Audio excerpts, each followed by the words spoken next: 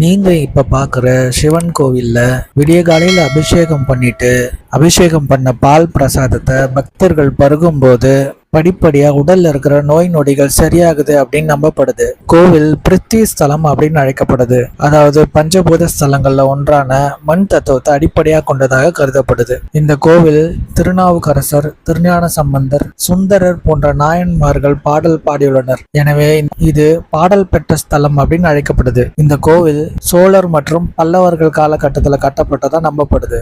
கோவிலுடைய முக்கிய தெய்வமாக சிவபெருமான் மருதீஸ்வரர் அழைக்கப்படுறாரு. இவரோட துணைவியாக திருப்புர சுந்தரி அம்மன் அமைஞ்சிருக்கிறாங்க. இந்நேரம் நீங்க எந்த கோயில்னு கண்டுபிடிச்சிருப்பீங்க. ஆமாங்க, நம்ம சென்னையில திருவான்மியூர்ல அமைஞ்சிருக்கிற மருதீஸ்வரர் கோவில் தாங்க இது. கோவிலுடைய மூலவர் மருதீஸ்வரர் மேற்கு நோக்கி அமர்ந்திருக்காரு. தாயார் திருப்புர சுந்தரி அம்மன் சன்னதிக்கு தெற்கு நோக்கி அமர்ந்திருக்காங்க. இந்த கோயில்ல வன்னி மரத்தையும் ஒரு சாமியா கும்பிடுறாங்க. வன்னி மரம் ஒரு மருத்துவ பண்புகளும் ஆன்மீக பெருமைகளும் கொண்ட ஒரு மரம். இது விஷக்கடி, தசைப்பிடிப்பு, மூலவியாதி போன்றவைகளை போக்கக்கூடியது.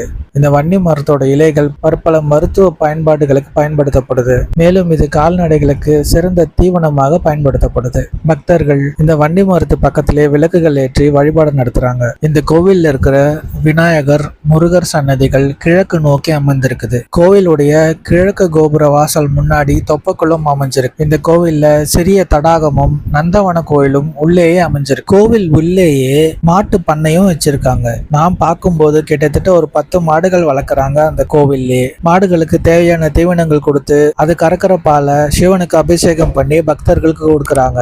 ஓகேங்க, இந்த வீடியோ உங்களுக்கு பிடிச்சிருக்குன்னு நம்புறேன். கண்டிப்பா நம்மளோட யூடியூப் சேனலை சப்ஸ்கிரைப் பண்ணிக்கோங்க மறக்காம. அப்படியே லைக் பண்ணி ஷேர் பண்ணுங்க. நன்றி. எப்படிப்பா சாமி கும்பிடணும்?